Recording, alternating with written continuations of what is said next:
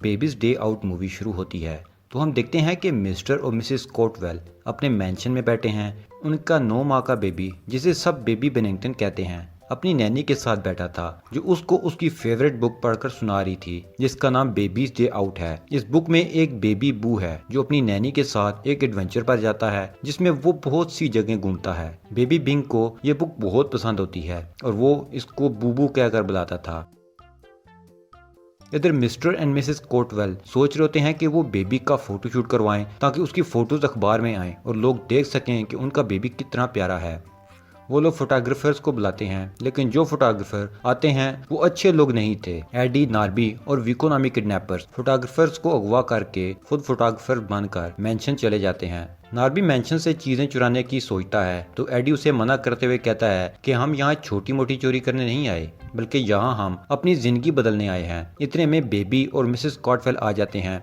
Add कहता है कि वो बेबी बिंग के साथ कुछ वक्त अकेला चाहेगा ताकि बच्चा मेरे साथ घुल मिल जाए और फोटोज अच्छी आएं। वो मिसेस कॉटवेल से कहता है कि इसका ड्रेस काफी ओवर लग रहा है, वो प्लेन ड्रेस पहनकर आए ताकि पिक्चर्स अच्छी आ सकें। नैनी उन्हें बुक पकड़ा देती है कि अगर बेबी रो पड़े तो वो इसे ये बुक पढ़कर सुना दें, वो चुप हो जाएगा। फिर वो सब लोग बेबी बिंग को 3 अजनबी लोगों के साथ छोड़कर चले जाते हैं। ये तीनों इसी मौका की तलाश में थे। वो बेबी को लेकर खिड़की से भाग जाते हैं। जब मिसेस कॉटवेल ड्रेस चेंज करके आती हैं तो वो देखती हैं कि फोटोग्राफर्स गायब हैं और बेबी बिंग भी। वहाँ एक नोट था कि बेबी हमारे पास है, पुलिस को कॉल करने की कोशिश ना करें, लेकिन वो नहीं रुकते और पुलिस को कॉल कर देते हैं। इधर वो मिस्टर कॉटवेल को भी नोट भेज देते हैं कि रात 12 बजे से पहले $5 मिलियन दे देना। पुलिस अपना काम शुरू कर देती है। इसी दौरान मिसेस कॉटवेल चाहती हैं कि वो खुद बाहर जाकर बिंग को ढूंढें, लेकिन पुलिसमैन उन्हें रोक देता है। वो कहता है कि पुलिस काम कर रही है, आप हमारे सवालात के जवाब दें। इधर ये तीनों बेबी को अपने घर ले जाते हैं, जो कि एक बिल्डिंग में क्लॉक टावर पर एक छोटा सा कमरा था। एडी के कहने पर नार्बी बेबी के कपड़े चेंज कर देता है ताकि किसी को पता न चले कि ये अमीरों का बच्चा है, वरना हम फंस सकते हैं। नार्बी बेबी को देखने के बजाय सो जाता है। बेबी बुक खोलकर देखना शुरू कर देता है। इसी दौरान खिड़की पर एक पिजन आ जाता है। वो देखता है कि इस बुक पर भी एक पिजन बना है, तो वो खुशी में इस पिजन के पीछे जाने लगता है। वो सीढ़ियों पर चढ़ता हुआ छत पर पहुंच जाता है। छत पर एक विंडो थी जिसके नीचे एडी और विको का कमरा था।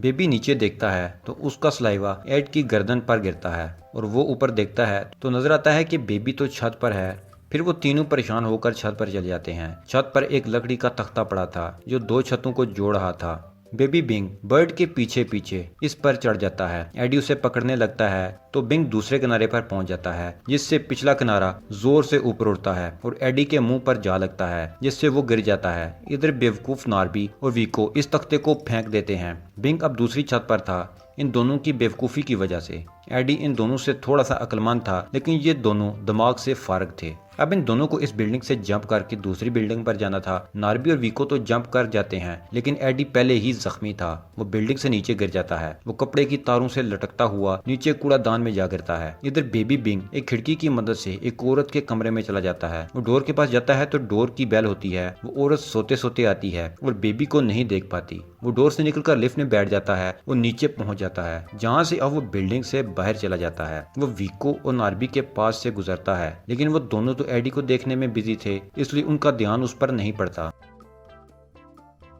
इसी दौरान बेबी को बस स्टेशन पर ब्लू बस नजर आती है, जो उसकी बूबू बुक की ब्लू बस जैसी थी, और वो चुपके से उस बस में चला जाता है और किसी को पता भी नहीं चलता। एडी को होश आता है और वो बिन से बाहर आता है। फिर वो तीनों देखते हैं कि बेबी तो बस में बैठकर चला गया। वो तीनों अपनी वैन निकालकर उसका पीछा शुरू कर देते हैं। इधर बस में बेबी बिंग किसी की नजर में आए बगैर घूम रहा था। इतने में एक मोटी औरत वहां आती है और अपना बैग उसके पास रख देती है। बेबी बिंग इस बैग को देख रहा होता है कि अचानक ब्रेक लगने से वो उसके अंदर गिर जाता है। औरत बैग को उठाती है, वो बस से नीचे उतर जाती है। फिर नार्बी बस ड्राइवर से पूछता है कि क्या उसने किसी बच्चे को देखा, तो वो कहता है कि नहीं। उसके बाद ड्राइवर पुलिस को भी इन्फॉर्म कर देता है कि एक बंदा किसी बच्चे के बारे में पूछ रहा था। शहर में इस मिसिंग बेबी की खबर फैल चुकी थी। विको इस औरत के बैग में बेबी को देख लेता है। वो तीनों उसका पीछा करना शुरू कर देते हैं। इस औरत को पता चल जाता है, इसलिए वो इनको पकड़कर मारना शुरू कर देती है। इस दौरान उसका बैग नीचे गिर जाता है।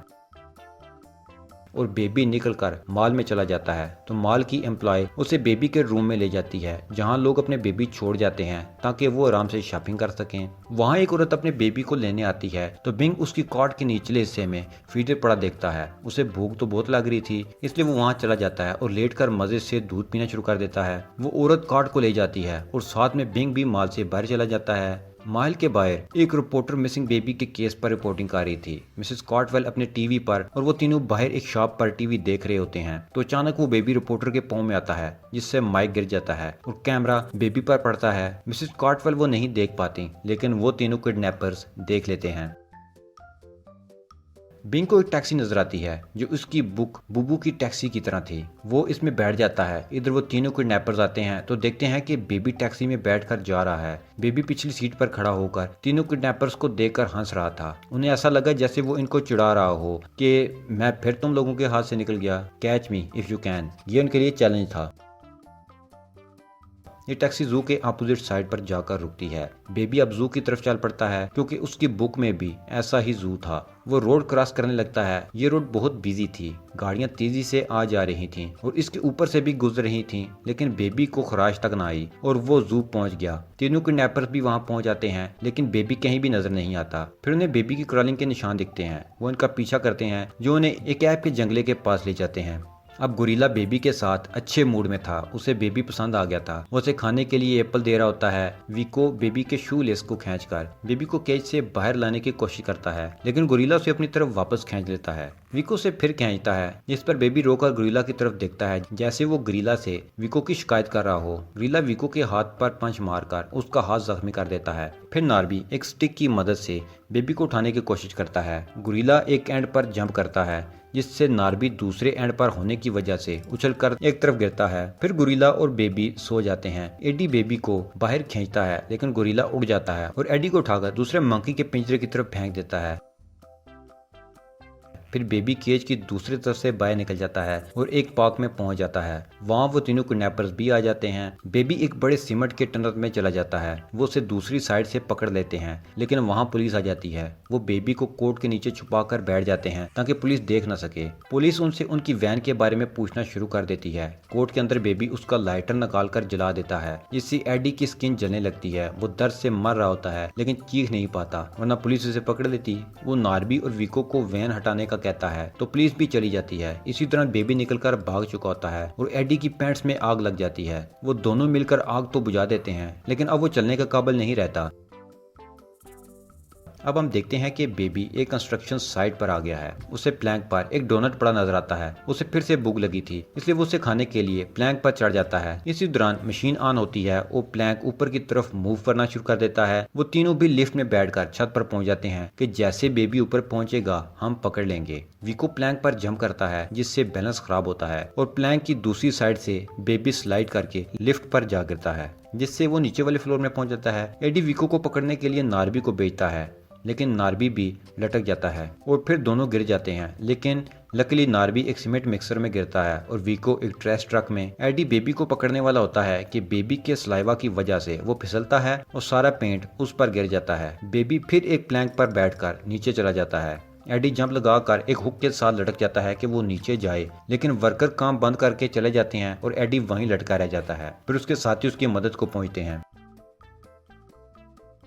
उसके बाद हम देखते हैं कि मिसेस कॉल के घर में पुलिस आकर रिपोर्ट देती है कि बेबी पहले बस में देखा, फिर टैक्सी में, फिर जू में और उसके बाद पार्क में। ये सुनकर नैनी कहती है कि फिर कंस्ट्रक्शन साइट पर। ये सुनकर सब हैरान रह जाते हैं कि उसे ये सब कैसे पता। तो नैनी बताती है कि बेबी वो सब कुछ कर रहा है जो बुक में था। अब वो ओल्ड सोल्जर के घर जाएगा और फिर मिस्टर टंसिस से मिलने। वो सब वहाँ जाते हैं तो देखते हैं कि बेबी वही होता है और सब उसके लिए गाना गा रहे होते हैं। वापसी पर बेबी उसी क्लॉक टावर को देखता है जहां किडनैपर उसे लेकर गए थे तो वो बूबू कहता है। नैनी कहती है कि ये अपनी बुक की बात कर रहा है। मिसेस कॉटवेल कहती हैं कि वो इसे न्यू बुक ले देंगी। फिर बेबी उस तरफ पॉइंट करके बार बार बूबू कह रहा था तो नैनी कहती है कि शायद ये बताना चाह रहा है कि उसकी बुक वहाँ है। तो सब गाड़ी मोड़कर उस तरफ जाते हैं ताकि बेबी की बूबू वापस ला सकें। तीनों किडनैपर वापस आ चुके थे। उन्हें बेबी की आवाज आती है। वो समझते हैं कि ये उनका वहम है लेकिन फिर पुलिस की आवाज आती है। उन्हें कहते हैं कि बेबी की बुक नीचे फेंक कर हाथ ऊपर करके नीचे आ जाओ। बेबी वहां से अपनी बुक लेकर वापस चला जाता है। वो किडनैपर्स भी अरेस्ट हो जाते हैं। रात को मिस्टर और मिसेस कॉटवेल बेबी को गुड नाइट कहकर जाते हैं तो पीछे से बेबी एक और बुक निकाल लेता है जिस पर लिखा होता है बेबीज ट्रिप टू चाइना, और यही मूवी एंड हो जाती है।